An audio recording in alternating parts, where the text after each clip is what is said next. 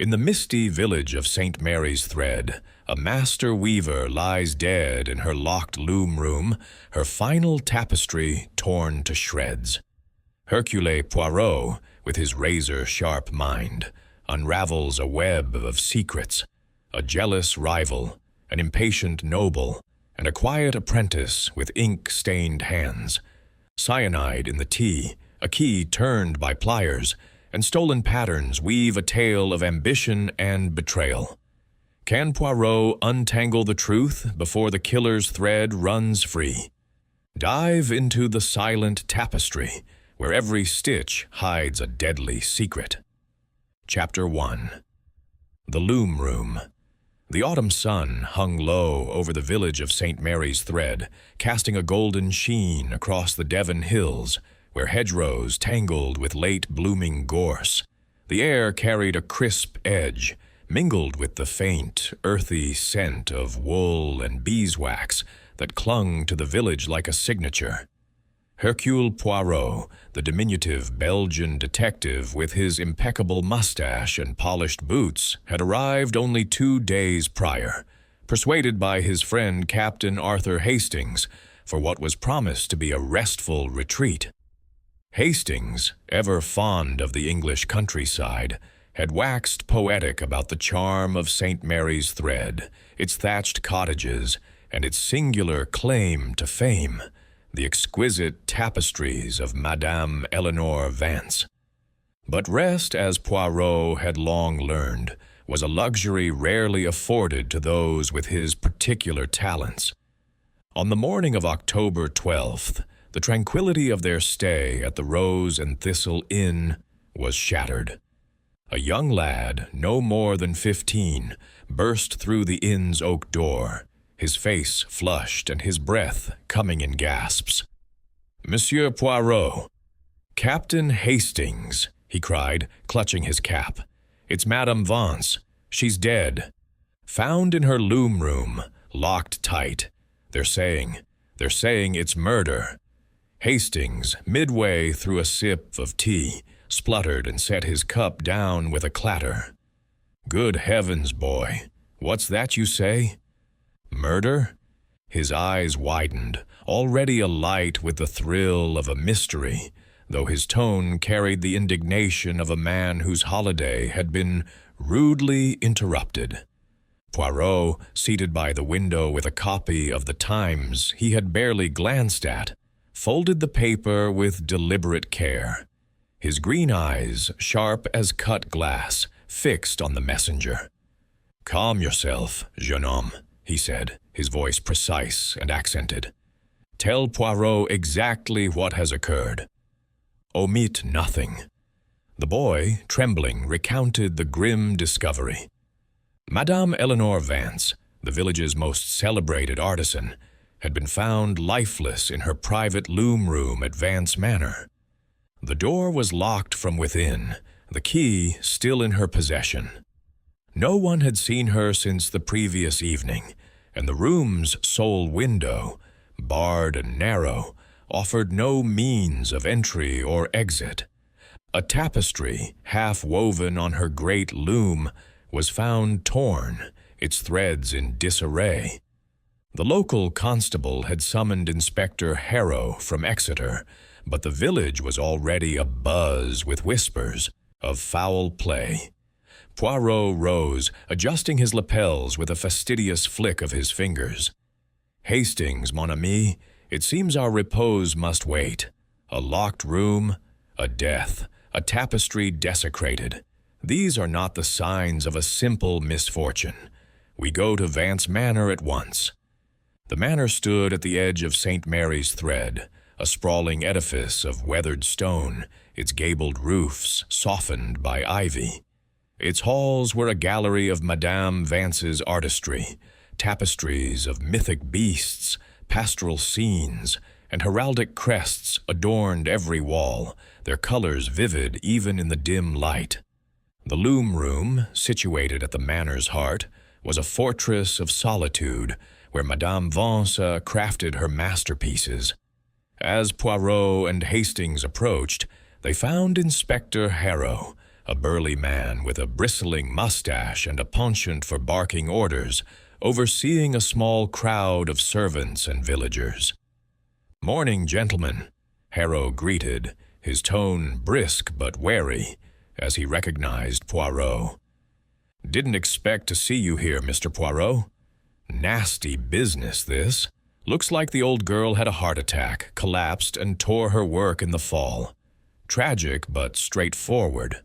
Poirot's lips curved into a polite, yet faintly condescending smile. "Straightforward, Inspector? Perhaps, but Hercule Poirot, he does not accept the obvious without scrutiny. Permit me to see the scene, s'il vous plaît." The loom room was a square chamber, its stone walls bare, save for a single, high window with rusted iron bars. The air was heavy with the scent of wool, and a faint, acrid note Poirot could not yet place. At the center stood the great oak loom, a marvel of craftsmanship, its frame gleaming with years of polish. Madame Vance lay beside it, her body crumpled on the polished floor, her silver hair fanned out like a halo. Her face, once stern and commanding, was now waxen, her eyes staring blankly at the ceiling. Her right hand clutched a shuttle, as if she had been weaving until her final breath. The tapestry on the loom was a work of intricate beauty, depicting a knight in pursuit of a golden stag, its threads a symphony of crimson, indigo, and gold.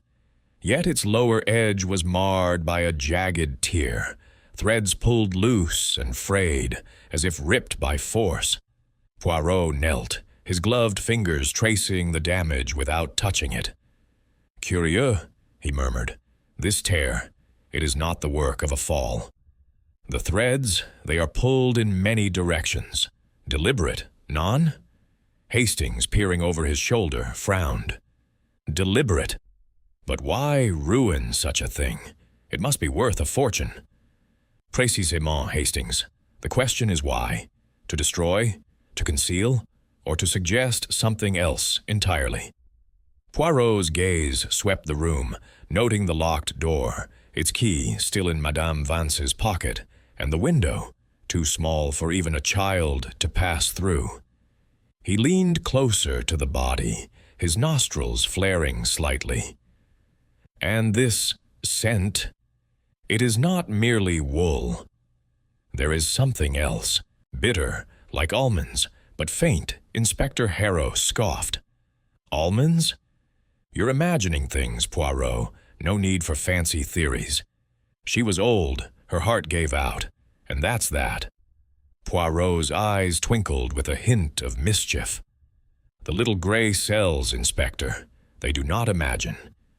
They observe, and they tell me this is no simple death. We shall see." As they left the loom room, Poirot paused to study the manor's entrance hall, where a particularly grand tapestry hung, a depiction of a phoenix rising from flames. "Madame Vance, she wove stories in thread," he said softly. "And now her own story has ended in violence. We must find the thread that unravels this mystery, Hastings, and we shall begin with those who knew her best." Chapter 2. The Threads of Suspicion. The late morning sun filtered through the mullioned windows of Vance Manor, casting dappled patterns across the polished oak floor of the entrance hall. Hercule Poirot stood motionless for a moment, his small, neat figure dwarfed by the towering tapestries that adorned the walls. Each was a testament to Madame Eleanor Vance's genius, intricate scenes of medieval hunts, celestial alignments, and pastoral idyls, woven with a precision that seemed almost otherworldly. Yet it was the silence of the manor, heavy and oppressive, that held Poirot's attention now. The air thrummed with the unspoken tensions of a house struck by sudden tragedy, and Poirot, ever attuned to such undercurrents, felt the stirrings of a complex puzzle. Captain Hastings, at his side, shifted uncomfortably, his honest face clouded with unease. "Ghastly business, Poirot," he muttered, glancing toward the locked loom room where Madame Vance's body still lay, awaiting the coroner's arrival. "A locked room, a torn tapestry, makes my head spin. How do you propose we start?" Poirot's green eyes gleamed with quiet intensity. "We start, mon ami, by listening.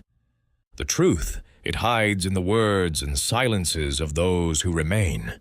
Each person in this manner holds a thread of the story. We must gather them all and see what pattern emerges." He adjusted his immaculate cuffs and turned to Inspector Harrow, who was barking orders at a pair of constables near the door. "Inspector, if you please, I would meet those closest to Madame Vance, her associates, her confidants, those who might shed light on her final hours." Harrow, his broad face flushed with the exertion of authority, gave a curt nod. "Right then. I've got 3 names who were thick with her: Clara Beaumont, that rival weaver from the village; Sir Reginald Holt, some toff who was paying her a fortune for that tapestry; and Thomas Weaver, her apprentice. Odd bunch, if you ask me.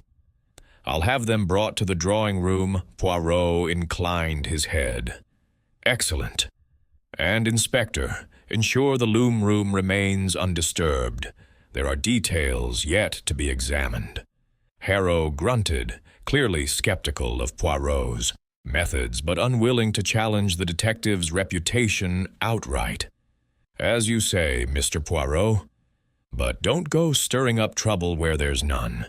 This could still be a heart attack, plain and simple." "Plain, perhaps," Poirot replied, his tone mild but laced with irony. "But simple? Non, Inspector. The little gray cells, they protest such simplicity.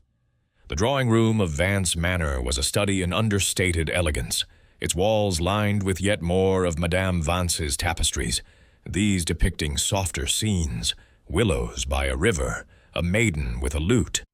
A fire crackled in the grate, doing little to dispel the chill that seemed to emanate from the gathered company. Poirot and Hastings took seats in high-backed chairs, while Inspector Harrow stood by the door, arms crossed, his presence a silent reminder of officialdom. One by one, the 3 suspects entered, each carrying an air of guarded unease. First was Clara Beaumont, a woman of perhaps 40, with auburn hair swept into a loose bun and eyes that sparked with defiance. Her dress, a bold shade of emerald, was as striking as her reputation. Clara was a weaver of no small talent, known for her modernist designs that had begun to eclipse Madame Vance's traditional artistry in certain circles. She sat with a posture that suggested both confidence and impatience, her fingers drumming lightly on the armrest. "Madame Beaumont," Poirot began, his voice smooth as polished stone, "you were a rival of Madame Vance, n'est-ce pas? Tell me of your relationship with her." Clara's lips twitched into a wry smile. "Rival? That's what the village gossips call it. Eleanor and I had different visions.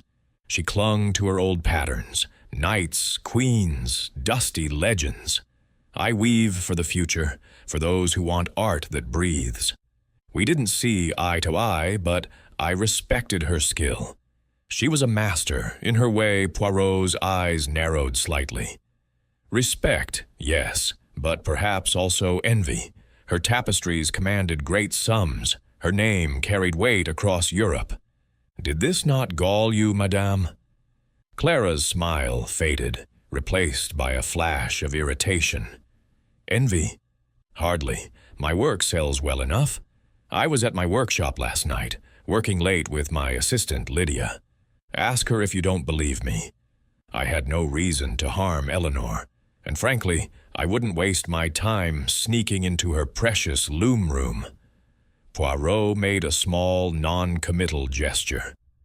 "And yet, Madame Vance is dead, and her tapestry, her final work, is ruined. You were not curious to see it, perhaps to compare it with your own?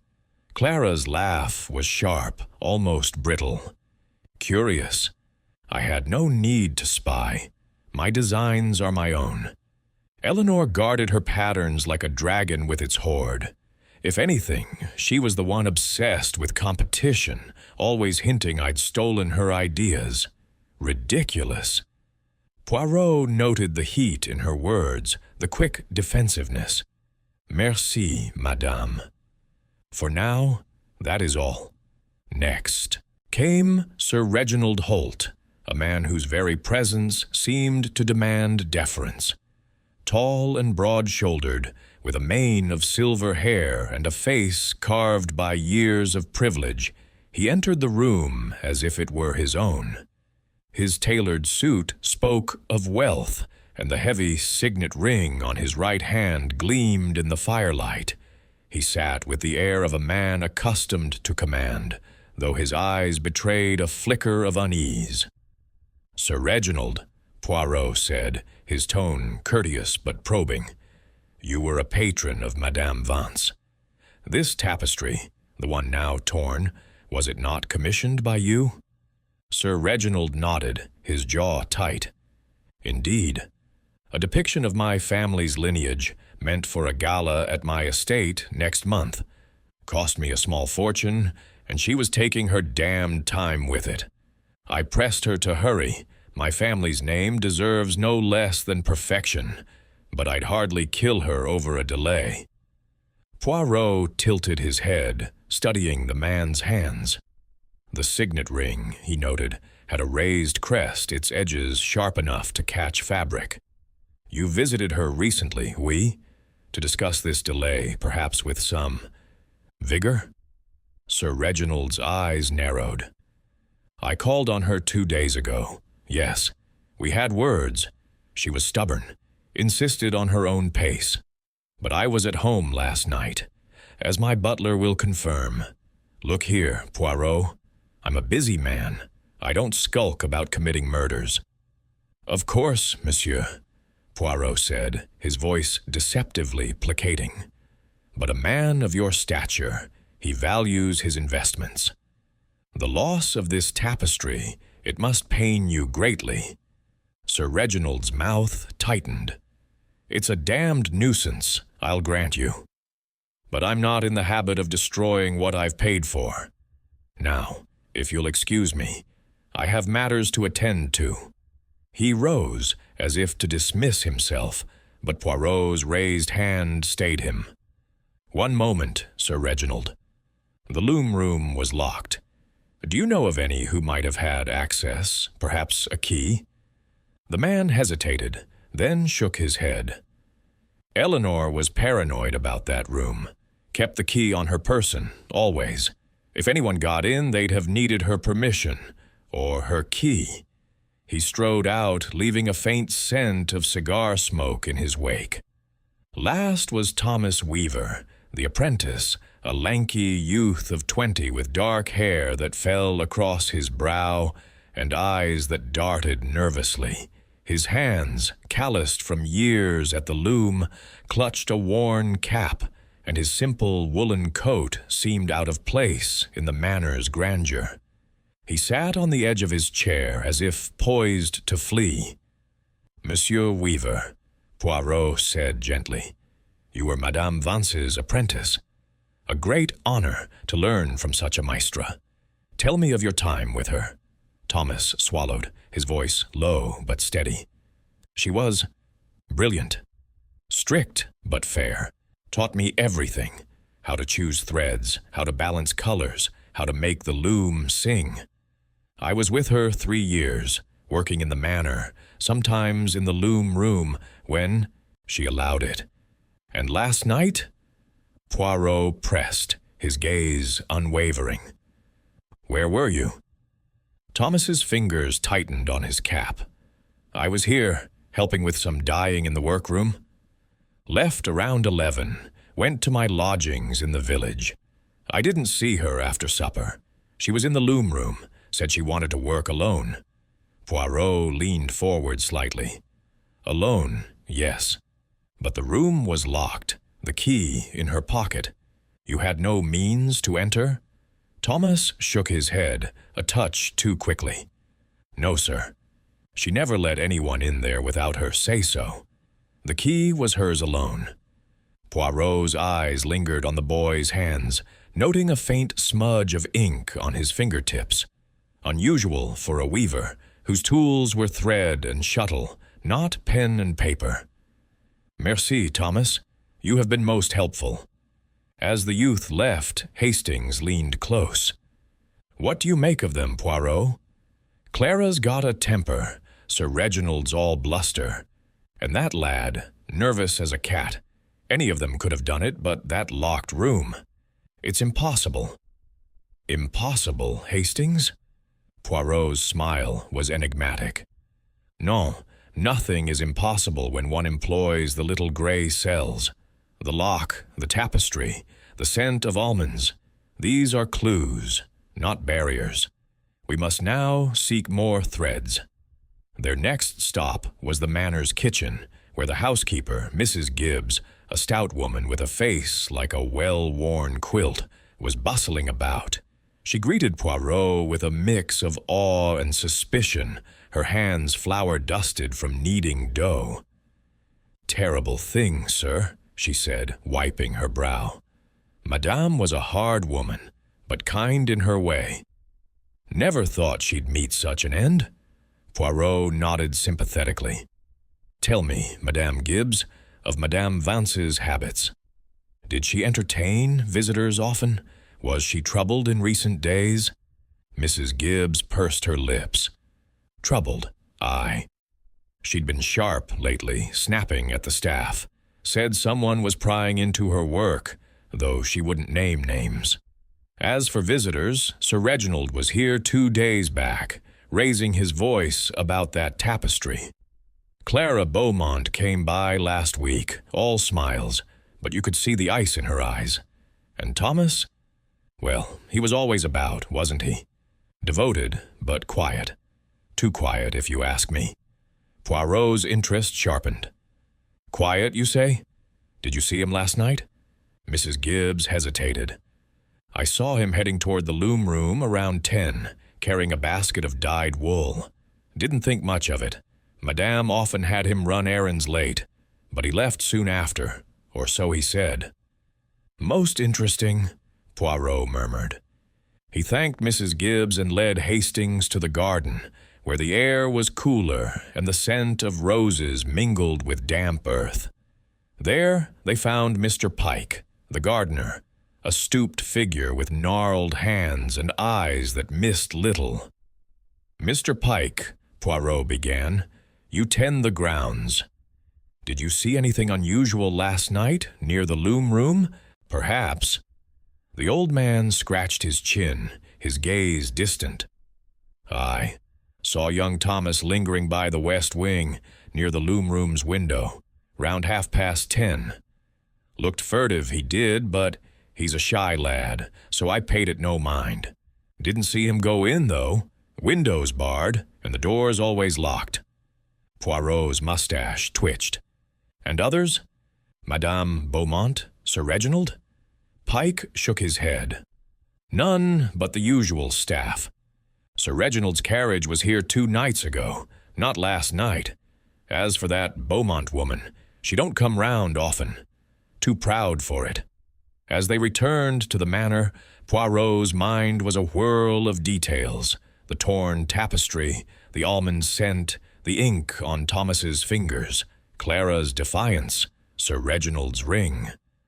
"Hastings," he said, pausing by a tapestry of a unicorn in a moonlit glade. "This case, it is like Madame Vance's work. Many threads, each distinct, yet woven together. The motive lies hidden in their crossing. We must find where they meet." Hastings frowned, his mind still grappling with the locked room. "But how, Poirot?" The key was in her pocket, the window barred. Unless someone had a second key. Poirot's eyes sparkled. "Or unless, mon ami, the lock was not as secure as it seems. Come, we return to the loom room. There is more to learn from its silence. They re-entered the loom room, now dimmer as clouds gathered outside. Poirot circled the loom, his fingers hovering over the torn threads without touching them. He knelt by Madame Vance's body, his nose wrinkling at the faint, bitter scent. "This almond-like odor," he said softly. "It is not a perfume, nor a dye. It suggests something far more sinister. And this tear," he pointed to the tapestry's ragged edge, "it is not one motion, but many. A struggle? Or a performance?" Hastings shivered. "You mean someone staged it? To make it look like an attack?" "Précisément," Poirot said. "But who, and why? That is the question we shall answer. For now, we gather more threads, every word, every glance, every lie." As they left the room, Poirot's mind was already weaving a pattern, each suspect a strand in the intricate design. The truth, he knew, lay in the delicate interplay of their motives and opportunities. And somewhere, in the silence of Vance Manor, a single thread waited to unravel the entire tapestry. Chapter 3. The Weaver's Legacy. The afternoon light waned over St. Mary's thread, casting long shadows across the cobbled paths of Vance Manor's gardens. Hercule Poirot, his small frame wrapped in a meticulously tailored overcoat, walked with measured steps beside Captain Hastings, who was still reeling from the morning's discoveries. The manor loomed behind them, its stone facade a silent witness to the tragedy within. Poirot's mind, however, was far from silent. His little gray cells hummed with the details of the locked loom room, the torn tapestry, and the faint, ominous scent of bitter almonds. To unravel this mystery, he knew he must first understand the woman at its heart, Madame Eleanor Vance, whose life had been as intricately woven as her art. They returned to the manor's drawing room, where a tea tray had been set out by the diligent Mrs. Gibbs. The fire still crackled, but its warmth did little to ease the chill of suspicion that hung over the house. Poirot settled into a plush armchair, his hands folded neatly over his walking stick, and turned his piercing gaze to the housekeeper, who hovered nearby, wringing her hands in a flour-dusted apron.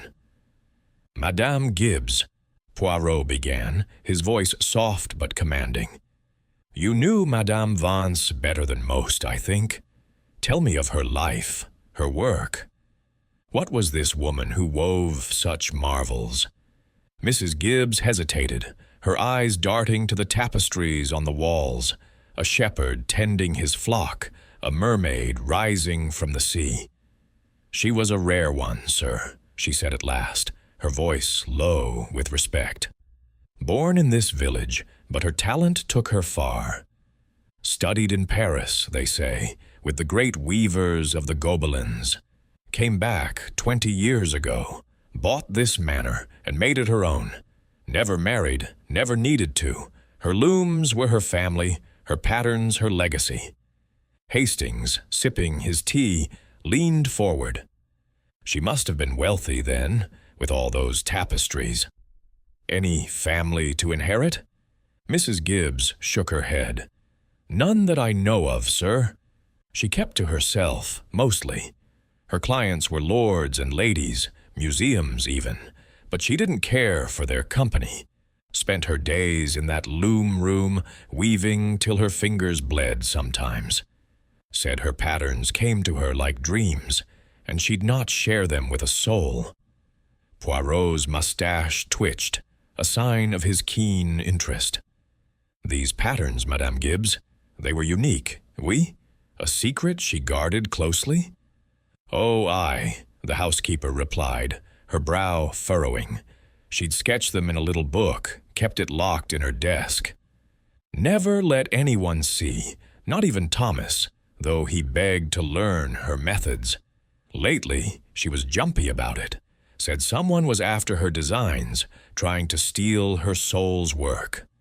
Poirot's eyes narrowed. Someone, you say? Did she name this thief? Mrs. Gibbs pursed her lips. Not directly, sir. But she'd mutter about that woman, meaning Clara Beaumont, I reckon. They'd had words before, sharp ones. And Sir Reginald, he was always pushing her to finish his tapestry, saying it'd make his name immortal. Madame didn't like his tone, said he didn't understand the art. And Thomas, the apprentice? Poirot pressed, his voice deceptively gentle. Did she suspect him? The housekeeper hesitated, her hands twisting in her apron. She trusted him, mostly. Said he had a gift, but... Well, she caught him once, poking about her desk. Didn't think much of it then, but she changed the lock on her pattern book after. That Poirot nodded, filing the detail away. Merci, Madame Gibbs. You have painted a picture most vivid. One last question. Her habits in the loom room. Did she often work late? Alone? Always, Mrs. Gibbs said with a sigh. She'd take tea there, brewed strong, no milk. Locked herself in after supper, sometimes till dawn. Said the quiet helped her see the threads clear. As Mrs. Gibbs bustled back to the kitchen, Poirot turned to Hastings, his expression thoughtful. A woman of solitude and secrets, Hastings. Her patterns, they were her treasure, and someone coveted them. This gives us a motive. Perhaps, but not yet the means. Hastings set down his cup, his brow furrowed. You're thinking someone wanted her designs badly enough to kill for them? But that locked room, Poirot. How could anyone get in? Poirot's smile was enigmatic. Patience, mon ami. The lock, it is a detail, not a wall. We shall return to it. For now, let us seek another perspective. They ventured to the village, a short walk through lanes lined with hawthorn and ivy. St. Mary's Thread was a picture of rural charm, its cottages adorned with flower boxes, its single pub, the Weaver's Rest, bustling with locals whispering about the morning's grim news. Poirot's destination was the village hall, where an exhibition of Madame Vance's older works was on display, a testament to her enduring fame. The hall was modest, its walls hung with tapestries that drew gasps even from Hastings, who was no connoisseur. One depicted a storm-tossed ship, its sails rendered with such movement they seemed to ripple. Another showed a garden of impossible flowers, each petal glowing with unnatural vibrancy. A small crowd milled about, their murmurs hushed with reverence and shock. At the center stood Miss Eliza Trent, the village's unofficial historian, a wiry woman with spectacles and an air of quiet authority. Mademoiselle Trent, Poirot greeted, bowing slightly. I am Hercule Poirot, and this is Captain Hastings. We seek to understand Madame Vance's legacy. You know her work well, I presume? Miss Trent adjusted her spectacles, her eyes bright with enthusiasm tempered by grief. Oh, indeed, Monsieur Poirot. Eleanor Vance was our pride. Her tapestries aren't just cloth. They're stories, histories, woven with a skill no one's matched. She could make threads sing, make colors speak. Collectors from London to Vienna paid fortunes for her pieces. Poirot's gaze lingered on a tapestry of a phoenix, its flames so vivid they seemed to flicker. Her skill, it was unique, you say? Did others try to emulate it? Miss Trent nodded, her voice lowering. Many tried, none succeeded. Clara Beaumont now, she's talented, but her work's all flash and no soul. Eleanor's patterns had a depth, like they held secrets. She'd spend weeks perfecting a single motif, locking herself away. Some said she wove magic into them, though that's just village talk. And rivals? Poirot asked, his tone casual, but his eyes sharp. Did Madame Vance have enemies among those who envied her? Miss Trent hesitated, glancing around as if the tapestries themselves might overhear. Clara Beaumont, for one. They clashed at a London exhibition last year. Clara accused Eleanor of hoarding techniques, keeping the craft from evolving. Eleanor laughed it off, but it stung. And Sir Reginald Holt, he was a client, but impatient, came to the hall once, demanding to see her older works, as if he could rush her genius. Then there's young Thomas. She trailed off, her lips tightening. Thomas Weaver? Poirot prompted, leaning forward. What of him? Miss Trent sighed. A good lad, but ambitious. Eleanor took him on as a charity case, you know. His mother was a weaver, died young. He's got talent, but he's hungry for more. I saw him here once, sketching one of her tapestries, though he hid the paper when he saw me. Said he was just practicing, but it felt sneaky. Hastings, ever quick to leap to conclusions, interjected. Sneaky, eh? Sounds like he might have been up to something. Copying her patterns, maybe? Poirot raised a hand, silencing his friend. We do not assume, Hastings. We observe. Mademoiselle Trent, did Madame Vance ever speak of threats, of someone seeking her patterns? Not in so many words, Miss Trent admitted. But last month, at a tea here, she said something odd. Said her work was her life, and if anyone tried to take it, they'd have to take her first. I thought it was just her passion talking, but now... Her voice faltered, her eyes glistening. Poirot thanked her and led Hastings back into the village, his mind weaving the new threads into the pattern. A woman who lived for her art, he mused, and died for it, perhaps. Her patterns, they are the heart of this mystery. Someone desired them, enough to kill. They paused by the churchyard, where the spire cast a long shadow over ancient graves. Hastings, restless, kicked at a pebble. But who? Poirot. Clara's got her own style. Sir Reginald's too rich to bother stealing. And Thomas, well, he's just a lad. And that locked room, it's driving me mad. Poirot's eyes twinkled with that familiar spark of certainty. The room, Hastings, it is a trick of the mind. The lock, the key, they are not the mystery, but the frame around it. We must look within, at the human heart.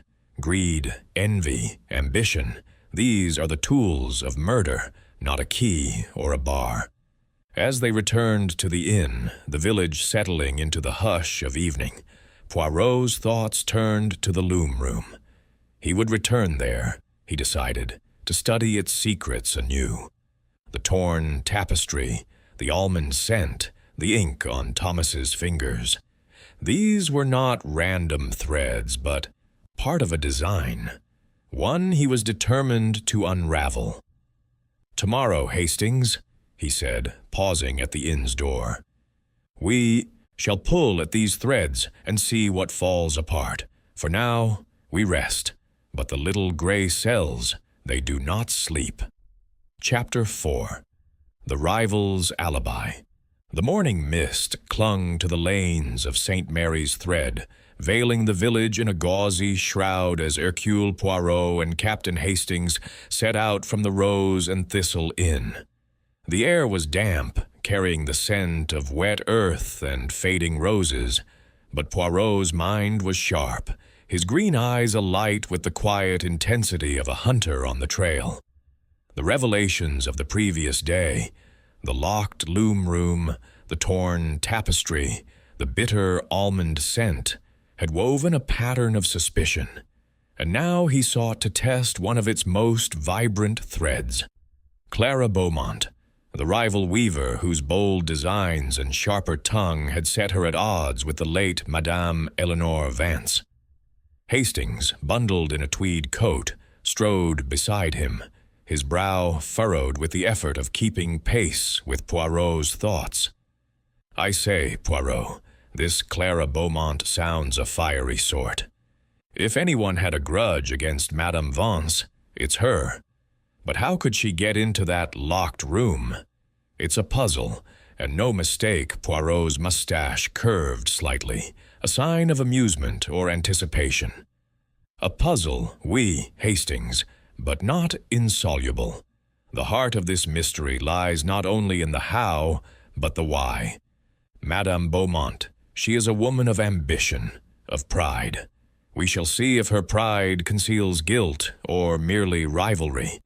Their destination was Clara's workshop, a converted barn on the village's outskirts, its weathered timbers painted a defiant shade of cobalt. The door stood ajar, and from within came the rhythmic clack of a loom, a sound as steady as a heartbeat. As they entered, the scent of dyed wool and linseed oil greeted them, mingled with the faint tang of turpentine. The workshop was a riot of color. Skeins of thread in every hue hung from pegs, and half-finished tapestries adorned the walls, their patterns bold and abstract, a stark contrast to Madame Vance's meticulous traditionalism. Clara Beaumont stood at a modern steel-frame loom, her auburn hair catching the light as she worked the shuttle with practiced ease. She glanced up at their arrival, her eyes narrowing briefly before softening into a calculated smile. "Monsieur Poirot, Captain Hastings," she said, her voice crisp with a trace of mockery. "Come to admire my work, or to accuse me of something more sinister." Poirot bowed, his courtesy impeccable. "Madame Beaumont, I come to understand. Your rivalry with Madame Vance is well known, and her death, it raises questions. May we speak?" Clara set down her shuttle and wiped her hands on a cloth, her movements deliberate. "Speak, then."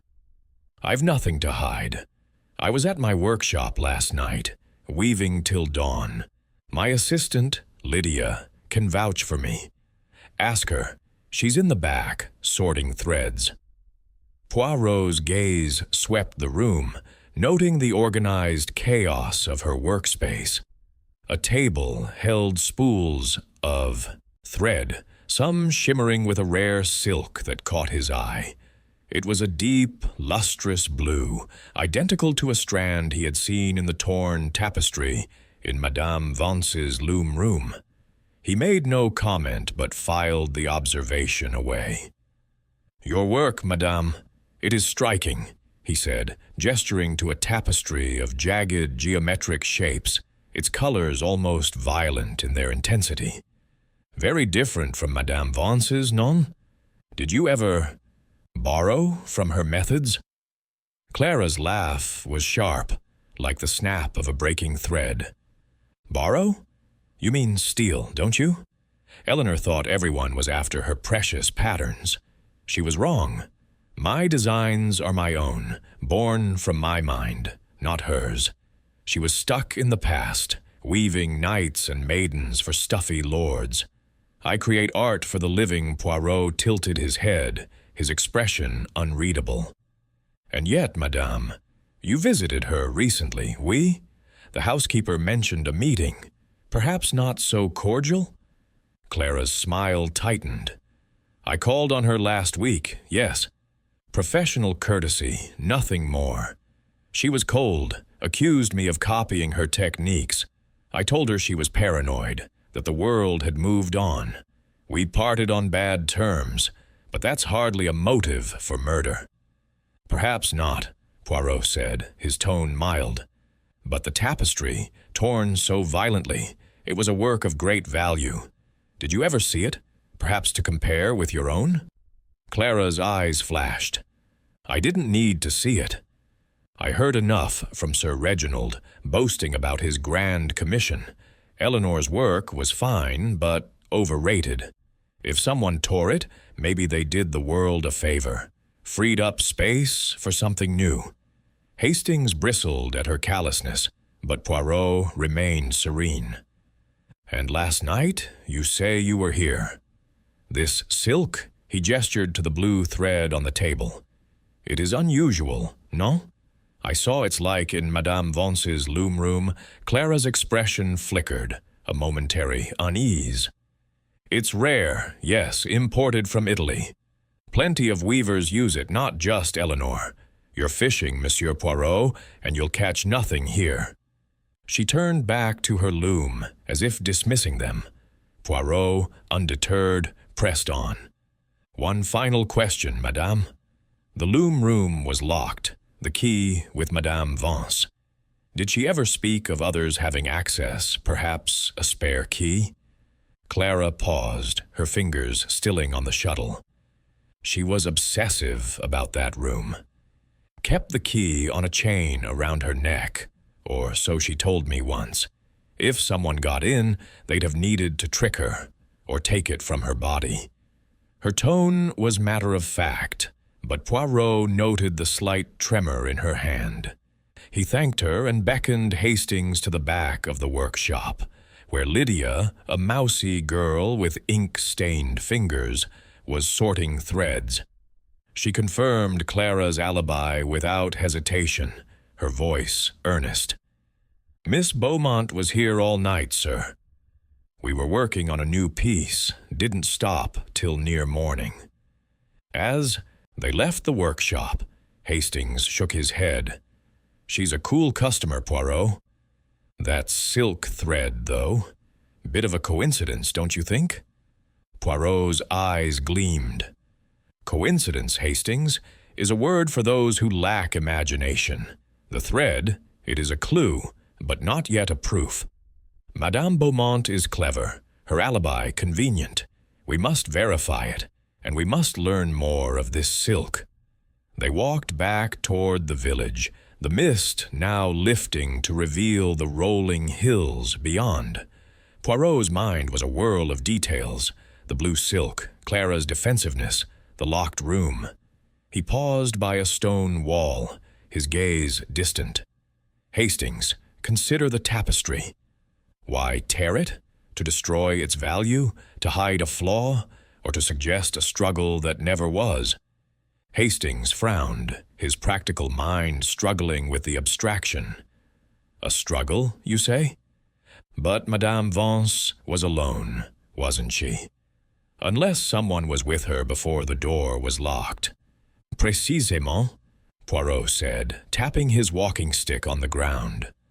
"The door, the key, the tier, these are not the mystery, but the stage. We must look behind the curtain, at the hearts of those who played their parts. Their next stop was the village's sole supplier of weaving materials, a cramped shop called Thread and Needle, run by a wiry man named Mr. Harrowby.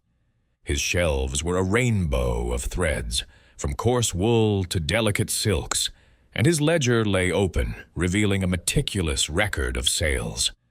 Poirot inquired about the blue silk, describing its sheen with precision. Harrowby nodded, flipping through his ledger. "That'd be the Italian sapphire silk. Rare stuff.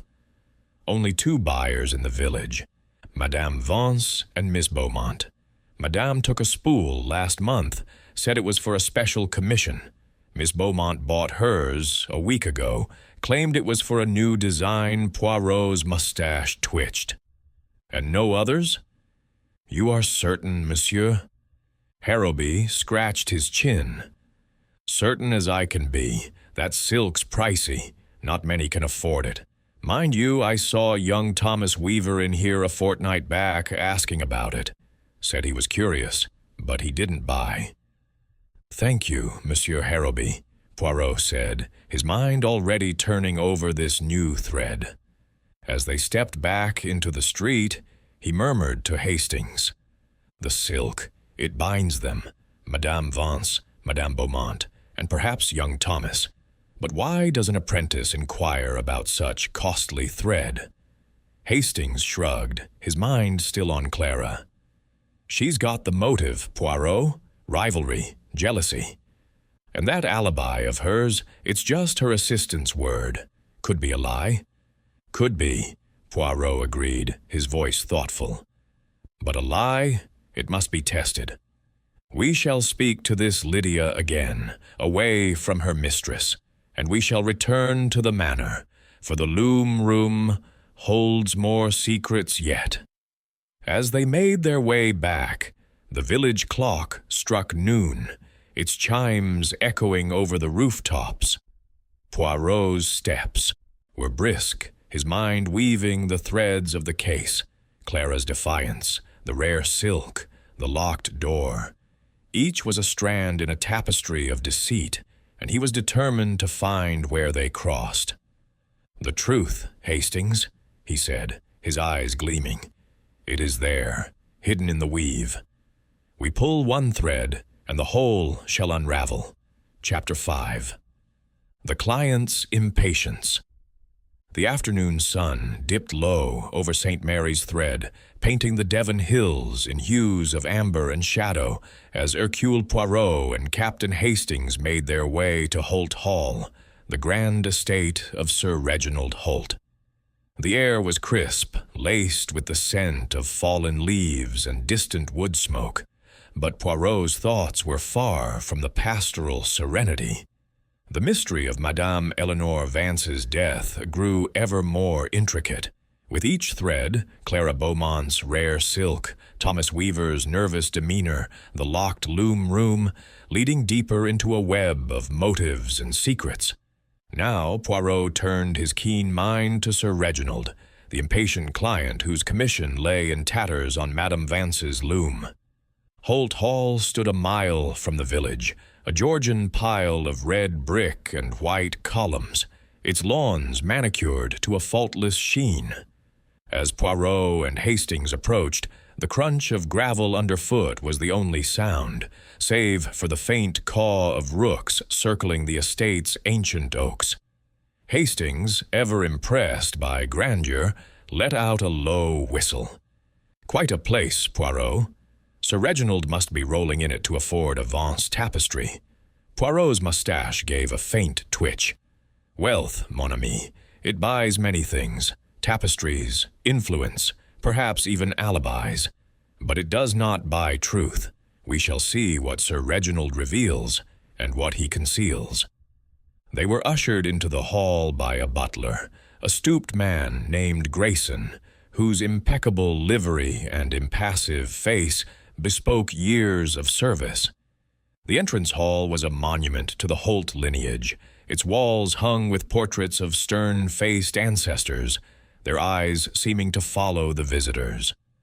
Poirot noted a display case containing a collection of medieval artifacts, daggers, a chalice, a silver spur, each gleaming under the chandelier's light. "A man proud of his heritage," he murmured to Hastings, "and impatient to see it immortalized in thread."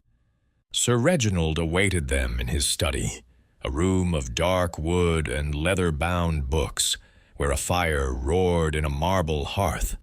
He stood by a window, his broad frame silhouetted against the fading light, a glass of brandy in one hand. His silver hair was swept back, and his signet ring, heavy with a carved crest, caught the firelight as he turned.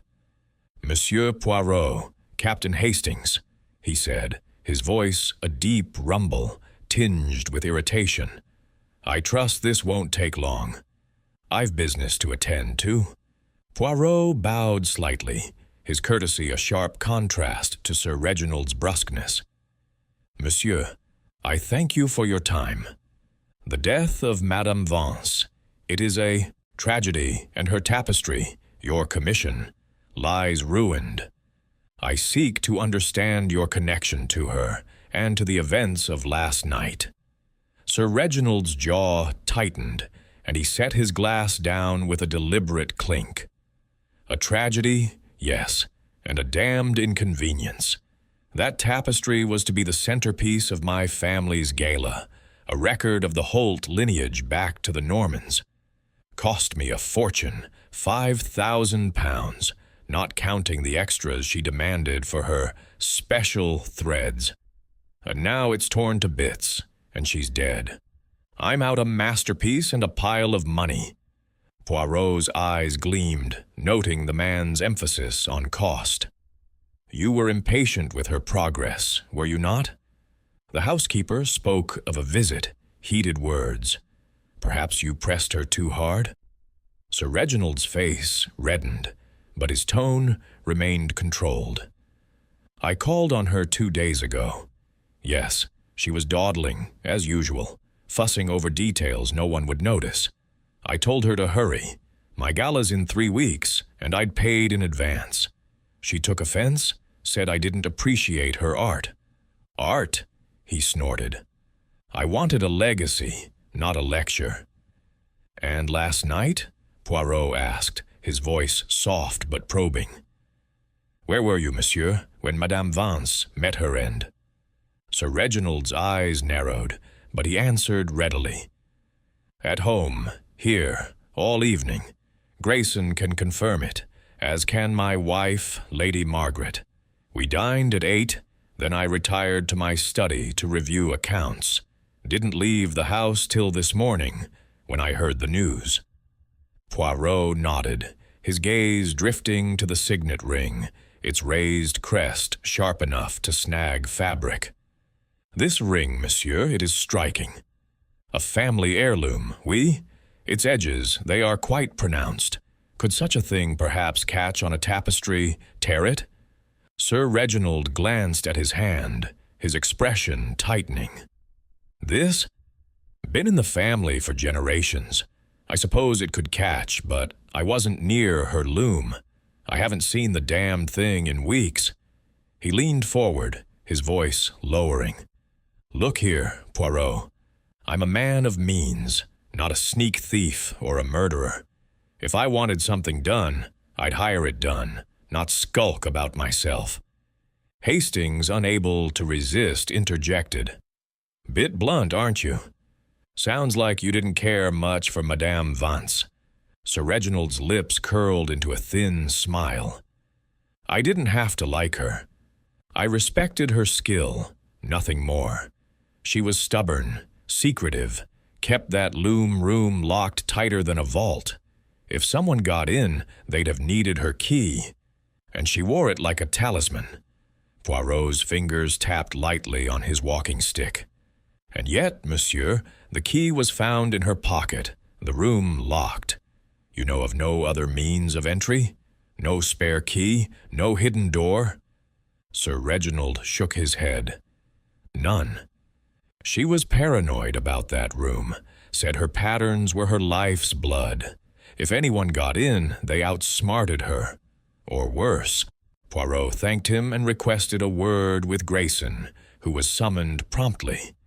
The butler, his face a mask of professional neutrality, confirmed Sir Reginald's alibi. "His lordship was in his study from 8 o'clock onward, sir," Grayson said, his voice precise. "I brought him coffee at 10, and Lady Margaret joined him at 11 to discuss the gala. He did not leave the house." As they left the study, Poirot paused by the display case in the hall, his eyes lingering on the medieval spur, its edges as sharp as Sir Reginald's ring. "Hastings," he said softly, "a man of wealth and pride. He values his name above all. The tapestry, it was to be his monument. Its destruction, it wounds him. But is it motive enough for murder?" Hastings frowned, his mind still on the ring. "That ring of his, Poirot, it could have torn the tapestry, couldn't it? And he's got the temper for it. But Grayson's story backs him up. Unless the butler's lying, Poirot's smile was enigmatic. A lie, Hastings, or perhaps a truth too carefully polished. We shall test this alibi, as we tested Madame Beaumont's. But first, we must return to the village. There is one more to speak with, Lydia, the assistant of Madame Beaumont. Her word supports her mistress, but words, they can be woven as deftly as threads. They returned to St. Mary's Thread, under a sky now heavy with clouds, the promise of rain hanging in the air. At Clara Beaumont's workshop, they found Lydia. alone, sorting skeins of wool in the back room. Her nervous demeanor softened under Poirot's gentle questioning. She reiterated her story.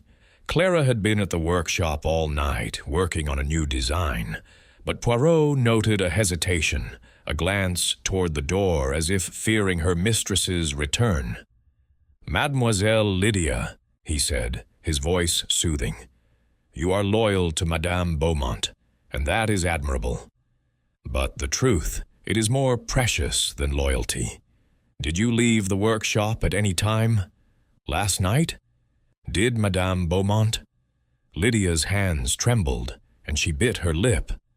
I stepped out for a bit, sir, around 10, to fetch water from the well. Miss Beaumont was here when I left, and when I returned, maybe 20 minutes later. She didn't leave, I'm sure of it." Poirot nodded, his expression unreadable. "Merci, mademoiselle. You have been most helpful." As they stepped back into the gathering dusk, Hastings shook his head. 20 minutes, Poirot. Enough time for Clara to slip to the manor and back? It's a stretch, but possible." "Possible, oui," Poirot agreed, his eyes distant. "But the silk thread, the ring, the locked door, these are pieces of a pattern, not yet complete. Sir Reginald's impatience, it is a motive, but a weak one. We must look closer, Hastings, at the one who was closest to Madame Vance, her apprentice, Thomas." The village was quiet now, its lights flickering to life as evening fell. Poirot's mind was a loom of its own, weaving the threads of the case, Sir Reginald's ring, Clara's silk, the locked room's mystery. Each suspect was a strand, each clue a crossing point, and somewhere in their interplay lay the truth. "Tomorrow, mon ami," he said, pausing by the inn's door, "we shall pull another thread. The apprentice, he holds secrets, and we shall find them." Chapter 6. The Apprentice's Secret. The evening had settled over St. Mary's thread like a velvet cloak, the village lights twinkling faintly through a gathering fog. Hercule Poirot and Captain Hastings sat in the cozy parlor of the Rose and Thistle Inn, the fire casting a warm glow over the oak-paneled walls. Hastings, nursing a glass of whiskey, was visibly restless, his mind churning with the day's revelations.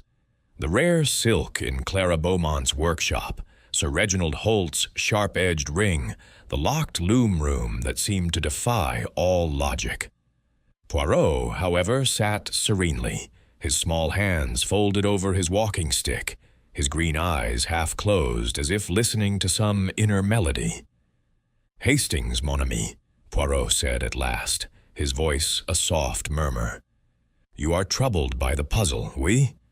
The locked door, the torn tapestry, the suspects who weave their alibis so carefully, but do not despair. Each thread we pull brings us closer to the pattern's heart." Hastings set down his glass with a sigh. "I'm trying, Poirot, but it's maddening. Clara's got that silk, Sir Reginald's got that ring, and both have alibis. Shaky ones, perhaps, but alibis all the same. And that lad, Thomas Weaver, he's so quiet I can't make him out. What's his game, do you think?" Poirot's mustache twitched, a sign of his mind at work. "Thomas Weaver, he is the shadow in this tapestry, Hastings. The apprentice, always present, always overlooked. His hands, they are skilled, but his heart, what does it desire? Fame, wealth, or something darker? We shall find him, and we shall see." The next morning dawned gray and damp, the fog lingering like a ghost over the village. Poirot and Hastings set out early, their destination the modest cottage where Thomas Weaver lodged, a stone's throw from Vance Manor. The cottage was small, its thatched roof sagging slightly, but its garden was neat, with rows of late-blooming marigolds. Poirot knocked, and after a moment Thomas opened the door, his dark eyes wary, his calloused hands clutching a rag as if he'd been cleaning. "Monsieur Weaver," Poirot greeted, his tone warm but probing. "May we enter? There are questions, and you, I think, have answers." Thomas hesitated, then stepped aside, his movements stiff. The cottage's interior was sparse, a single room with a narrow bed, a table cluttered with weaving tools, and a small hearth where a kettle steamed. Poirot's gaze swept the space, noting a worn notebook tucked beneath a pile of wool skeins, its leather cover stained with ink. They sat at the table. Thomas, perched on the edge of his chair, his cap twisted in his hands. Hastings, ever direct, leaned forward. "Look here, Thomas. You were Madame Vance's apprentice. You must have known her better than most. What was she like, really? And where were you when she died?" Thomas's eyes flickered, but his voice was steady. "She was a genius, sir. Strict but patient when it came to teaching. She'd show me how to tension the loom, how to blend colors so they glowed. I owe her everything. Last night I was at the manor till 11, helping with some dyeing in the workroom. Then I came back here. Didn't see her after she went to the loom room." Poirot's gaze was unwavering, his eyes catching the faint smudge of ink on Thomas's fingers, a detail that had lingered in his mind since their first meeting. "You admire her, oui? And yet, Madame Gibbs, she spoke of Madame Vance's suspicion, someone prying into her patterns. Did she ever suspect you, Monsieur Weaver?" Thomas's face paled, his fingers tightening on the cap. "No, sir. She trusted me. I'd never betray her. Those patterns were her life." I respected that Poirot leaned forward, his voice soft but relentless. "And yet, you were seen near the loom room, late by the gardener, Monsieur Pike. You carried a basket of wool, but perhaps something else? And this ink on your fingers, it is curious, non? A weaver works with thread, not pen." Thomas flushed, rubbing his hands on his trousers. I sketch sometimes, sir. Ideas for weaves, nothing more. I was near the loom room, yes, delivering wool she asked for. But I didn't go in. She was already locked inside." Poirot's eyes strayed to the notebook, half hidden on the table. "May I see these sketches, monsieur? They may illuminate your ideas." Thomas hesitated, then reluctantly pulled the notebook free and handed it over. Poirot opened it, revealing pages filled with intricate drawings, patterns of vines, stars, and mythical creatures, each rendered with a skill that mirrored Madame Vance's own. The resemblance was striking, almost too perfect. Poirot's mustache twitched as he turned the pages, noting a faint watermark on the paper, identical to that used in Madame Vance's pattern book, as described by Mrs. Gibbs. "These are remarkable, Monsieur Weaver," Poirot said, his tone deceptively mild. "They are very like Madame Vance's designs, are they not? Almost as if you had studied her work closely, perhaps too closely." Thomas's voice rose, a note of panic creeping in. "I was learning, sir. She showed me her methods, let me practice. I didn't steal anything. Those are my own ideas, inspired by her, yes, but mine." Hastings, unable to contain himself, interjected. "Inspired, eh? Looks more like copying to me. Did she catch you at it, Thomas? Is that why she was so jumpy lately?" Thomas's eyes darted to the door, as if seeking escape. "No. She never said anything like that. I swear I'd never harm her. She was like a mother to me." Poirot closed the notebook, his expression unreadable. "Merci, monsieur. For now, we leave you. But the truth, it has a way of unraveling, does it not?" As they stepped back into the foggy morning, Hastings shook his head. "That lad's hiding something, Poirot. Those sketches, too close to Madame Vance's work for my liking. And that ink, what's an apprentice doing with ink-stained fingers?" Poirot nodded, his mind already weaving the new clues into the pattern. "The ink, Hastings. It is a thread we must follow. And the notebook, its pages, they tell a story of ambition, perhaps of betrayal. But we need more.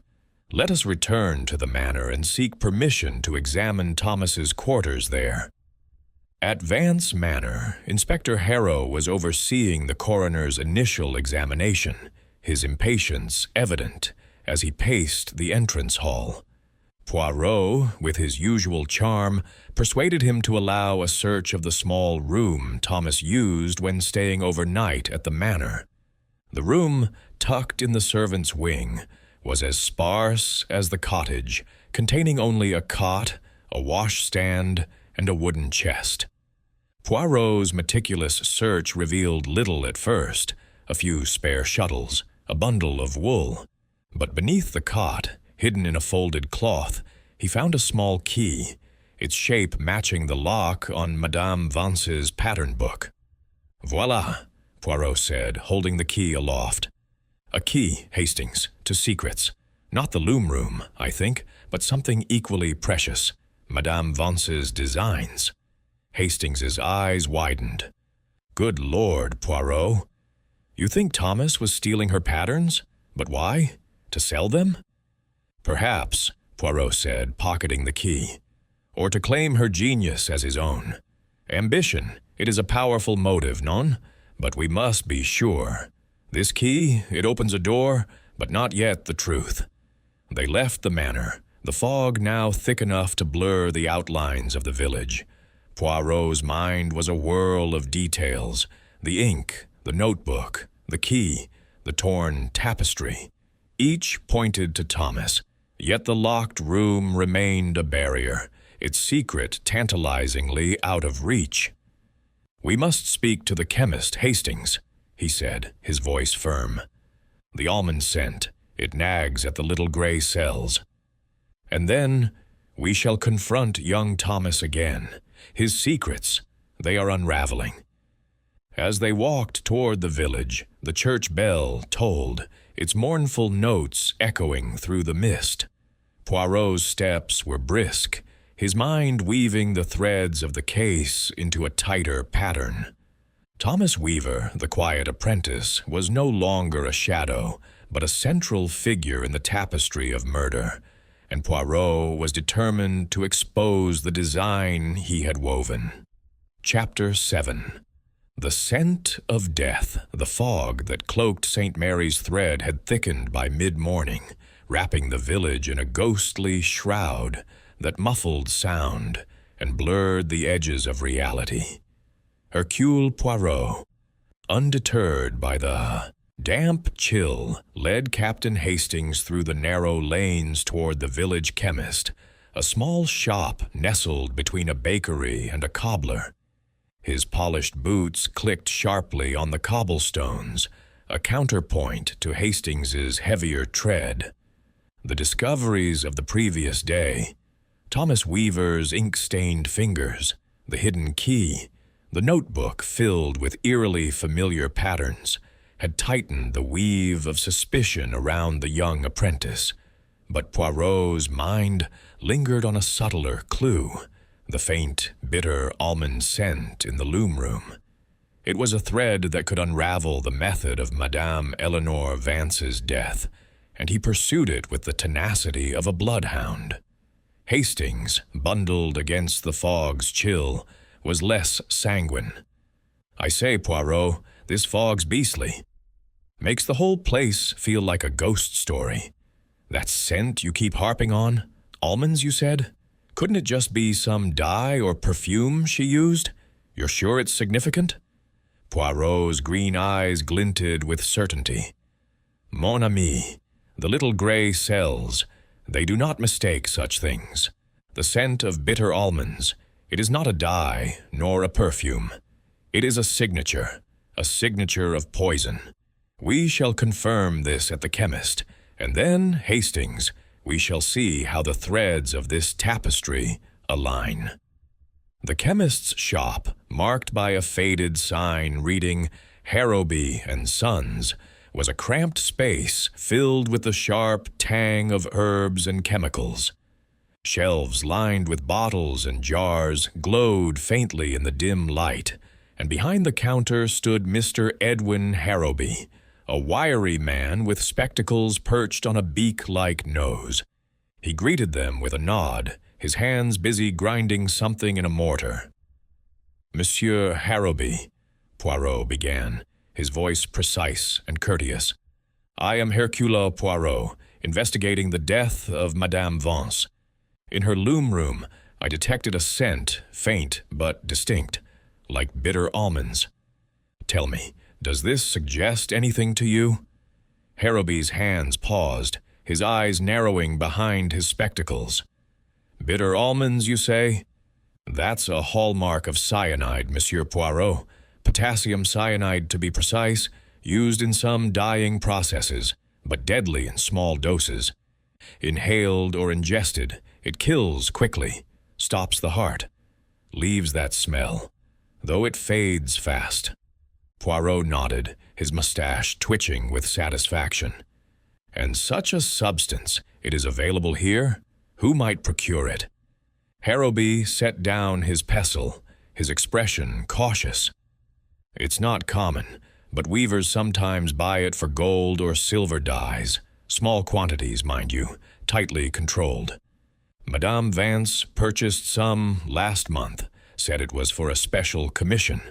I warned her to handle it with care, but she knew her business.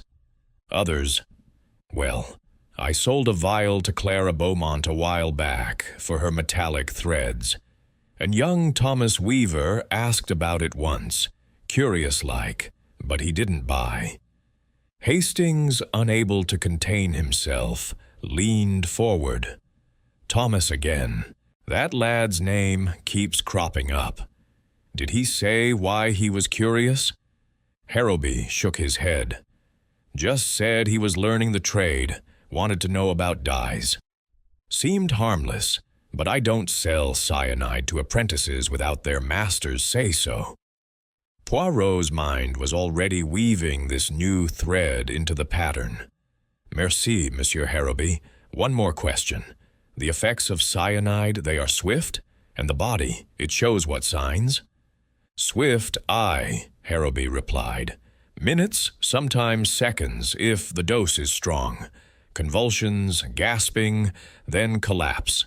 The skin might flush pink, and there's that almond smell, though not everyone can detect it. You'd find traces in the stomach or lungs if you looked." Poirot thanked him and led Hastings back into the fog, his thoughts racing. "Cyanide, Hastings," he murmured. "A poison of precision, silent and swift. Madame Vance did not die of a heart attack, as Inspector Harrow believes. She was poisoned, and the scent, it lingers in the loom room."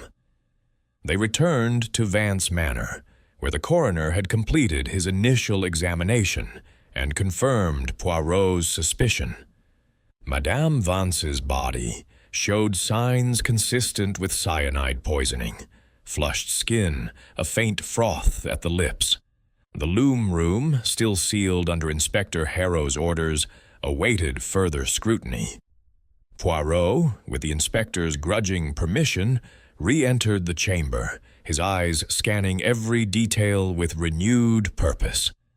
The room was as they had left it, the great oak loom standing like a silent sentinel, its torn tapestry a mute witness to the crime. Madame Vance's body had been removed, but the air still held that faint, acrid note. Poirot knelt by the small table where a teacup rested, its contents long since cold.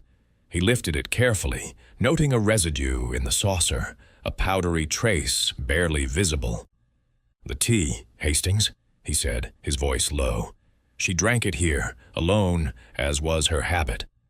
And in it, the poison. Hastings peered over his shoulder, his face grim. Poisoned tea?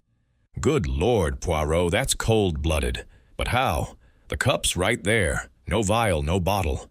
And the door was locked. Poirot's fingers traced the cup's handle, where a smudge of ink caught his eye, faint but unmistakable. "This ink, Hastings," he said, pointing. "It is like that on Thomas Weaver's fingers. Curious, no? A weaver does not need ink, but a thief of patterns. Perhaps he does." Hastings's eyes widened. "You think Thomas slipped the cyanide into her tea? But how did he get in? The key was in her pocket." Poirot rose, his gaze sweeping the room. "The how, it is a matter of mechanics, Hastings. The why, that is the heart. Thomas, he had access to the manor, to her habits. He knew she took tea alone. And this key we found in his quarters. It opens her pattern book, not the loom room, but it speaks of betrayal." They stepped outside, where Inspector Harrow awaited, his patience wearing thin. "Found anything, Poirot?"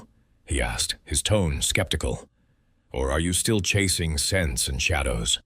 Poirot's smile was serene. "Not shadows, Inspector, but facts. Madame Vance was poisoned with cyanide, likely in her tea. The cup bears a trace of ink matching that on Thomas Weaver's hands, and a key hidden in his quarters suggests he sought her secrets. We must question him again."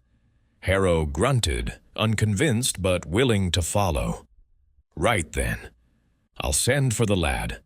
But I'm telling you, Poirot, this locked room business, it's a dead end." Poirot's eyes twinkled. "A dead end, Inspector?" "No. It is a door, and we shall find the key."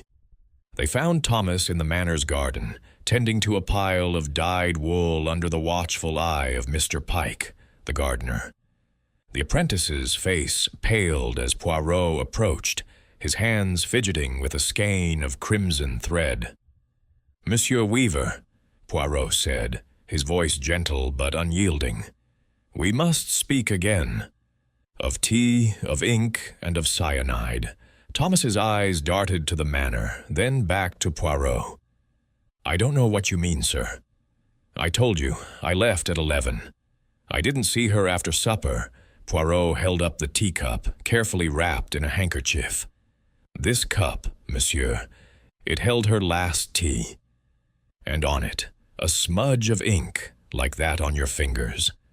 And cyanide, it was in the tea. You knew her habits, did you not? You brought her wool, perhaps her tea as well?" Thomas's voice cracked, his hands trembling. "I brought her wool, yes, but not tea. She brewed it herself, always did. I swear I didn't touch it. And this key?" Poirot produced the small key from his pocket, its brass glinting in the gray light. "It opens her pattern book, hidden in your quarters. You copied her designs, oui? Did she discover this and threaten to expose you?" Thomas's knees buckled, and he sank onto a bench, his cap falling to the ground. I didn't mean any harm. I sketched her patterns, yes, to learn, to improve. She caught me once, was angry, but she didn't cast me out. I'd never hurt her, sir, never." Poirot's gaze was unrelenting. "And the cyanide, monsieur? You asked about it at the chemist's. Did you procure it? Perhaps from Madame Vance's own supply?" Thomas shook his head vehemently, tears welling. "No, I asked about it for dying, that's all. I didn't take any, I swear." Poirot stepped back, his expression inscrutable. "For now, monsieur, we leave you. But the truth, it will not stay hidden." As they walked back to the inn, Hastings was brimming with excitement. "That's it, Poirot. The ink, the key, the cyanide. Thomas is our man. He poisoned her tea, tore the tapestry to cover his tracks. But the locked door, how do you explain that?" Poirot's smile was enigmatic. "The door, Hastings, it is a trick, not a barrier.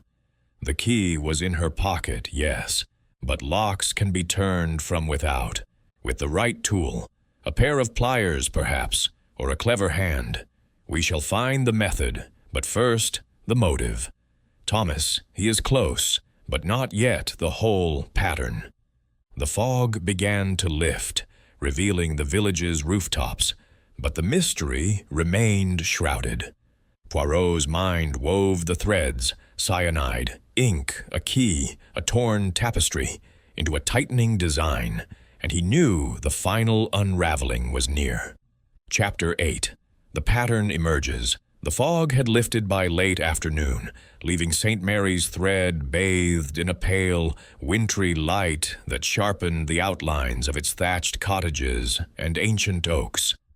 Hercule Poirot, his overcoat buttoned against the chill, stood in the entrance hall of Vance Manor, his small figure dwarfed by the vibrant tapestries that adorned the walls. Each was a testament to Madame Eleanor Vance's artistry, their threads weaving tales of myth and memory, now tinged with the tragedy of her death. Captain Hastings, at his side, shifted restlessly, his honest face etched with anticipation. The clues, cyanide in the tea, the ink-smudged cup, Thomas Weaver's hidden key, had drawn a tight circle of suspicion, and Poirot, with the precision of a master weaver, was ready to pull the final thread. "Mon ami," Poirot said, his voice calm but resonant. "The time has come to gather the threads of this mystery and reveal the pattern. The locked room, the torn tapestry, the poison. They are not random, but a design crafted by a cunning hand. We shall confront our suspects, and the truth, it will emerge." Hastings nodded, though his brow furrowed with lingering doubt. "I hope you're right, Poirot. That locked room still bothers me. Thomas seems the likely culprit, with that key and the ink. But how he managed it? I can't see it."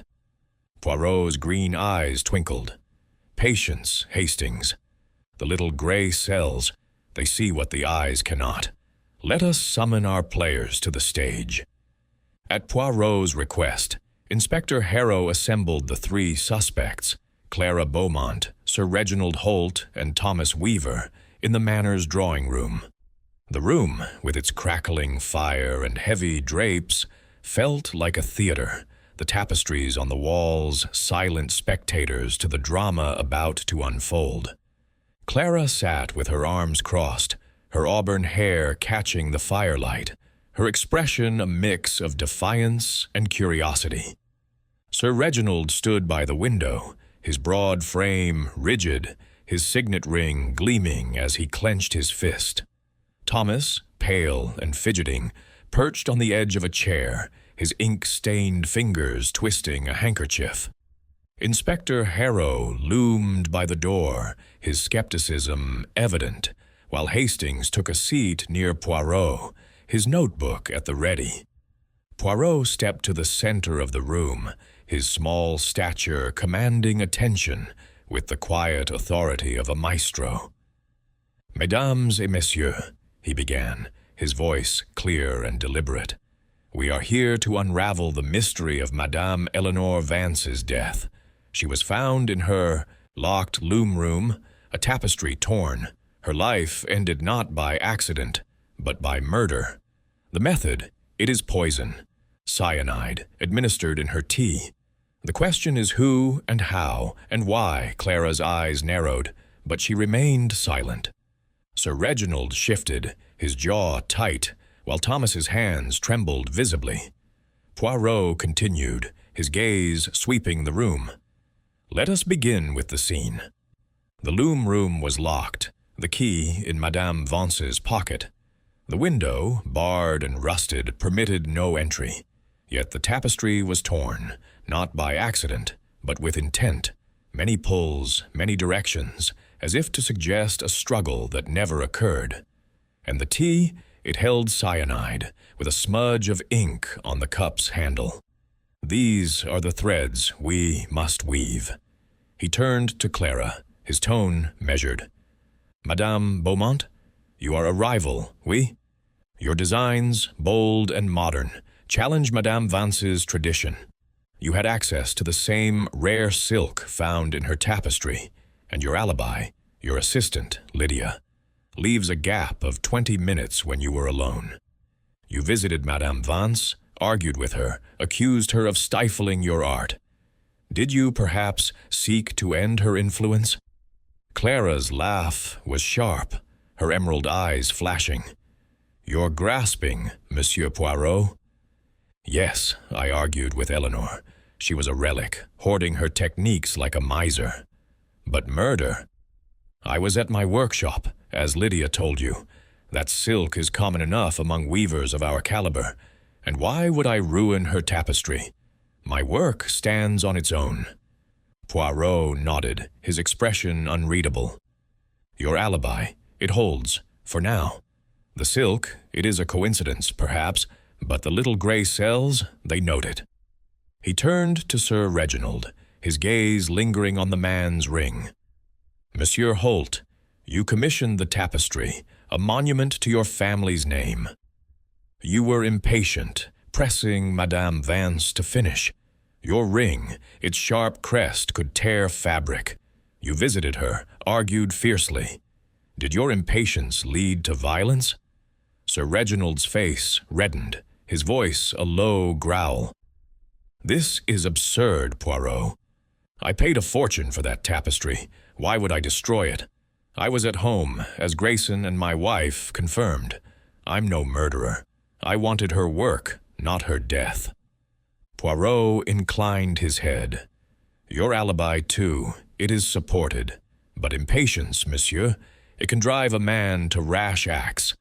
The tapestry's loss, it wounds your pride, no? Yet I believe you are not the killer. He paused, letting the words hang, then turned to Thomas, whose face was now ashen.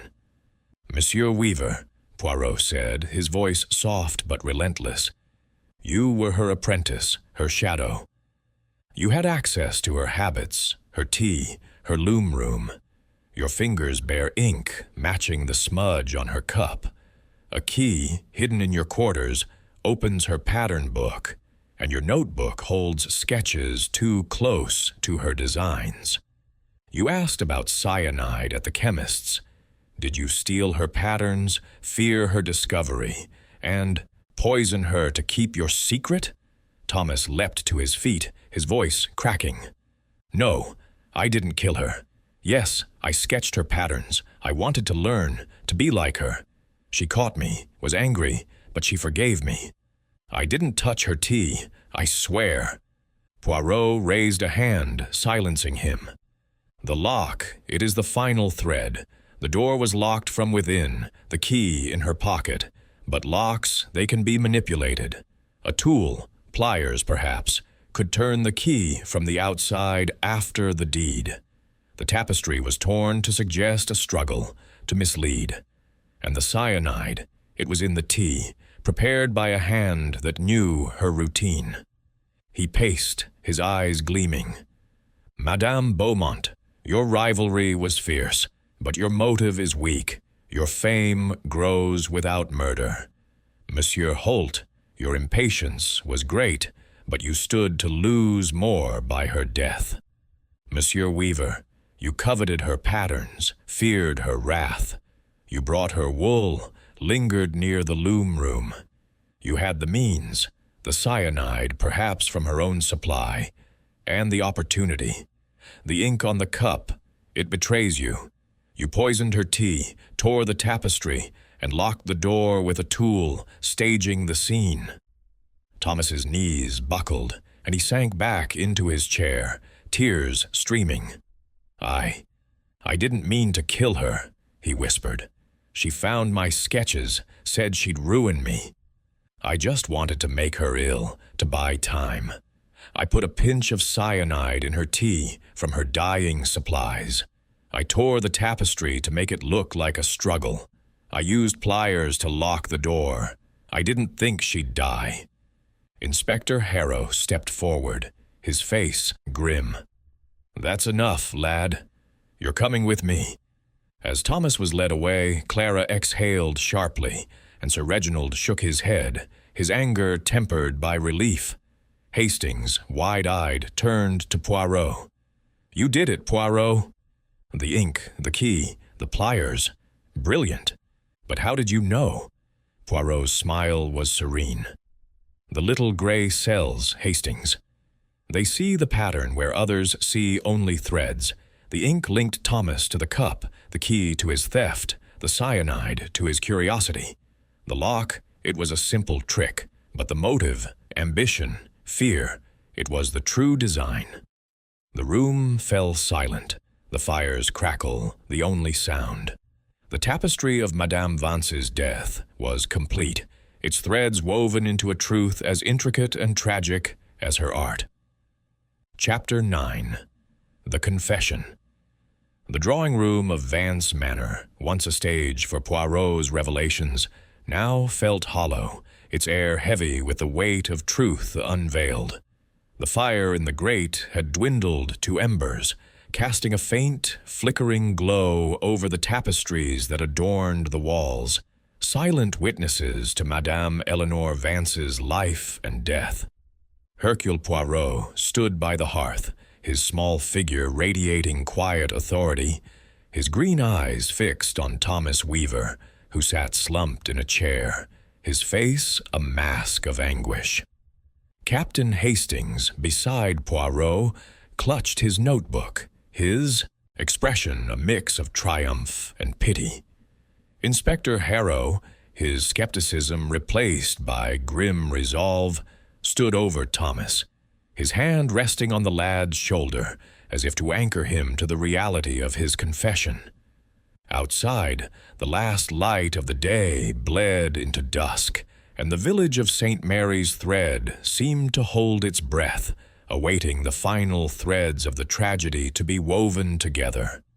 Clara Beaumont and Sir Reginald Holt had been dismissed, their alibis holding firm, their roles in the drama reduced to mere bystanders. The focus now was Thomas, the apprentice whose ambition had unraveled into murder. Poirot's voice, when he spoke, was gentle but unyielding, like a needle threading through delicate cloth. "Monsieur Weaver, you have admitted to poisoning Madame Vance's tea, to tearing her tapestry, to locking the loom room with a tool. But the heart of this act, why? Tell Poirot the full truth. The little gray cells, they sense there is more to your story." Thomas's hands trembled, his ink-stained fingers clutching the handkerchief, now sodden with tears. His voice, when it came, was barely above a whisper, raw with guilt. "I didn't want her dead, sir. I swear it on my mother's grave. Madame Vance, she was everything to me. She took me in when I had nothing, taught me the loom, the way the threads could tell stories. I wanted to be like her, to make my own name, not just be her shadow." He paused, his eyes darting to the tapestry on the wall, a depiction of a stag beneath a crescent moon, its threads shimmering with Madame Vance's signature brilliance. Her patterns, they were magic. I'd watch her sketch them late at night in that little book she kept locked. I thought, if I could learn them, really learn them, I could make something of myself. So I started copying them, just to practice, to understand. I used her paper, her ink, snuck into her desk when she was out. She caught me, a month ago, and she was furious. Said I'd betrayed her trust, that I'd never weave under her name again. Hastings, his sympathy warring with indignation, leaned forward. "So you poisoned her? Just because she scolded you? That's a bit much, lad." Thomas shook his head, his voice breaking. "It wasn't like that. I didn't mean to kill her. I was desperate. She said she'd tell everyone, Clara Beaumont, the village, even the guilds in London. I'd be ruined, branded a thief. I couldn't let that happen. I knew about the cyanide from her dyeing supplies. She kept it in a locked cabinet, but I'd seen where she hid the key. I thought. Just a pinch, enough to make her ill, to keep her quiet for a while. I slipped it into her tea when I brought the wool that night. She was distracted, working at the loom, didn't notice me touch the cup. Poirot's mustache twitched, his eyes narrowing. And the tapestry, monsieur? Why tear it? To stage a struggle, oui, but why such violence to her art? Thomas's gaze dropped to his hands, as if the answer lay in their calloused lines. I panicked, sir. After I put the cyanide in, I waited outside, near the window, to make sure she was all right. But then I heard her gasp, fall. I crept back in, using the pliers to turn the key from the outside. She'd left it in the lock, like always. I saw her there, dead, and I knew I'd gone too far. The tapestry, it was staring at me, her masterpiece, Sir Reginald's commission. I tore it, pulled at it, to make it look like someone had broken in, fought with her. I thought it'd confuse things, point away from me. Inspector Harrow, his face stern, interjected. A fine mess you made, lad. Locking the door from the outside with pliers. That's clever, I'll give you that. But you didn't count on Monsieur Poirot, did you? Thomas's shoulders shook, his voice a whisper. I didn't mean for her to die. I just wanted time, a chance to prove myself. She was supposed to get better, not... He buried his face in his hands, sobbing. Poirot stepped closer, his expression softening but his voice firm. Monsieur Weaver, your ambition, it was your undoing. You sought to steal her genius, and when she threatened to expose you, you chose a path most tragic. The cyanide, it was no mere illness. It was death, swift and merciless. The tapestry, torn to deceive, only tightened the noose around you. The ink on the cup, the key in your quarters, your questions about cyanide. These were the threads that led to you. Hastings, his notebook forgotten, shook his head. Poor lad. He's barely more than a boy, Poirot. But murder's murder, I suppose? Poirot nodded, his eyes distant. Oui, Hastings. A boy, but with a man's ambition, and a man's guilt. The human heart, it weaves its own tragedy. Inspector Harrow signaled to a constable waiting at the door. Right, Thomas Weaver. You're under arrest for the murder of Eleanor Vance. Come along quietly. Now. The constable stepped forward, and Thomas rose, his movements mechanical, as if the weight of his confession had drained him of will. As he was led away, the drawing-room fell silent, the tapestries seeming to absorb the echoes of his words. Poirot turned to Hastings, his expression thoughtful. The pattern, it is complete, Hastings. The motive, ambition, fear of ruin. The method, cyanide in the tea, a locked door turned by pliers. The tapestry, torn to mislead. Yet there is one thread left to tie. Hastings frowned, puzzled. What's that, Poirot? He's confessed, hasn't he? What more is there? Poirot's smile was enigmatic. The heart of Madame Vance, Hastings. Her patterns, they were her soul. Thomas stole them. But did he act alone? Was there another who encouraged his ambition, perhaps unknowingly? We shall see. They stepped into the entrance hall where Mrs. Gibbs hovered, her face pale with shock at the news of Thomas's arrest. Oh, sir, she said, wringing her hands, to think it was young Thomas. He seemed so devoted. Madame Vance, she'd be heartbroken. Poirot inclined his head. She trusted him, Madame Gibbs, and that trust was her undoing. But her legacy, it lives in these walls, in her art. We have done her justice, I think. As they left the manor, the village was abuzz with whispers, the news of Thomas's confession spreading like wildfire. The tapestries of Vance Manor, once symbols of beauty, now carried a tinge of sorrow, their threads forever linked to the tragedy of their creator's end. Poirot paused by the gate, his gaze lingering on the manor's stone facade. "The truth, Hastings. It is a delicate thing, woven from many strands. We have unraveled this one, but the heart of man, it remains a mystery. Non?" Chapter 10. The Final Thread. The dusk settled over St. Mary's Thread like a soft, mournful veil, the village's lights glowing faintly through the gathering mist. Hercule Poirot and Captain Hastings stood at the gate of Vance Manor, the stone edifice looming behind them, its tapestries now silent, witnesses to a tragedy resolved. The arrest of Thomas Weaver had unraveled the mystery of Madame Eleanor Vance's death, his confession weaving together the threads of cyanide, a torn tapestry, and a locked room.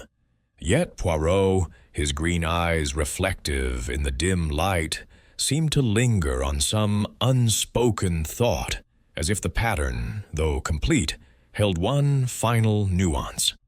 Hastings, his coat collar turned up against the evening chill, exhaled a plume of breath into the misty air. "Well, Poirot, you've done it again," Thomas confessed. "The case is closed and Inspector Harrow's eating his words. But I must say it's a sad business. That lad, barely 20, and he's thrown his life away for a handful of stolen patterns."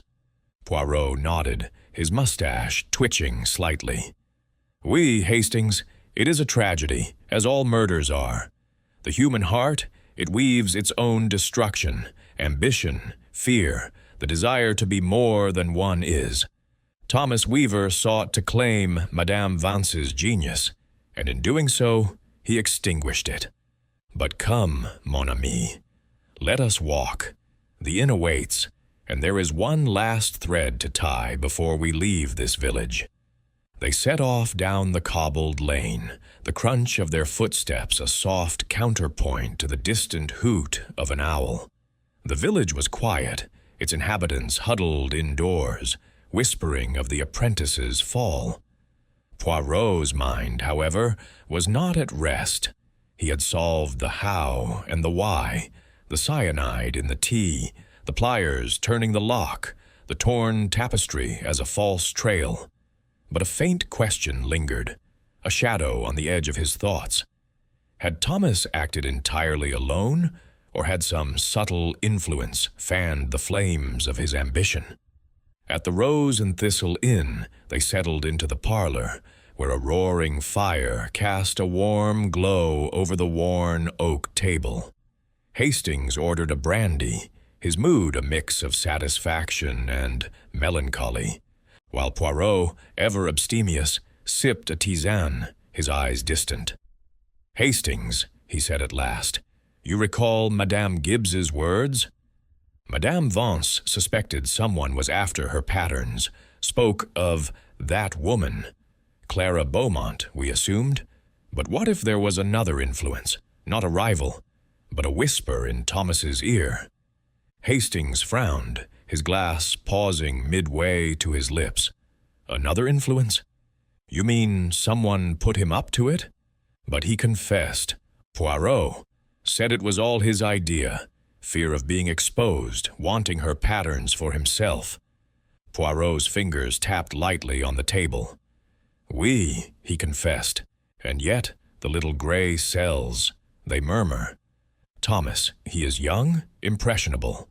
His ambition, it was great, but was it born solely in his heart? Clara Beaumont, she clashed with Madame Vance, yes, but her motive was pride, not theft. Sir Reginald, he desired the tapestry, not her secrets. But someone, perhaps, saw Thomas's hunger and fed it, subtly, like a thread slipped into a weave. Hastings leaned forward, intrigued despite himself. "You're thinking someone encouraged him to copy those patterns? Who, though? There's no one else close to the case." Poirot's smile was enigmatic. "Perhaps no one. Hastings, Perhaps it is merely the shadow of possibility. But let us consider. Thomas, he was devoted, yet he betrayed. His sketches, they were not mere practice. They were precise, as if intended for use. And the cyanide, he knew where to find it. Did he learn this alone? Or did someone, a voice in the village, a casual word, plant the seed? They were interrupted by the innkeeper, a ruddy-faced man named Mr. Tuttle, who brought a fresh pot of tea. "Heard about young Thomas," he said, shaking his head. "Terrible thing, sir. Madame Vance was the soul of this village, her tapestries our pride. To think her own apprentice—" He trailed off, his eyes glistening. Poirot seized the moment, his voice gentle. "Monsieur Tuttle, you know the village well.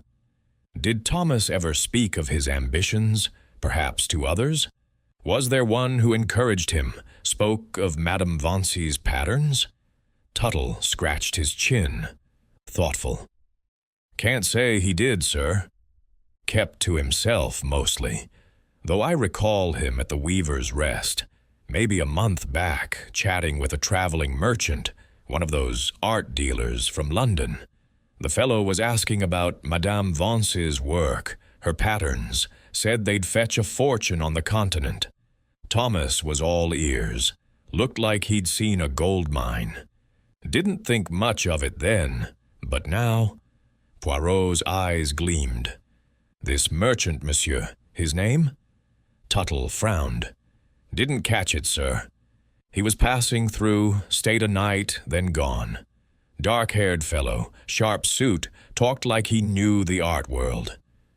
Poirot thanked him, his mind racing. A merchant, a whisper of wealth. Could this be the spark that ignited Thomas's ambition? He turned to Hastings. "Ah, small thread. Hastings, but it fits. Thomas, he was tempted, perhaps not by a conspirator, but by a dream of riches. This merchant, he may have sown the seed, unknowingly, that led to murder." Hastings shook his head, ever the pragmatist. "That's a stretch, Poirot. A random merchant?" Thomas admitted it was his own doing. "You're seeing patterns where there's just coincidence." Poirot's smile was serene. "Coincidence, mon ami, is merely a pattern unrecognized. This merchant, he is a shadow, not a suspect. But he reminds us. Thomas's act was not born in a vacuum. The world coveted Madame Vance's art, and that covetousness found its way to a young, desperate heart. The next morning, as they prepared to leave St. Mary's Thread, the village was stirring back to life.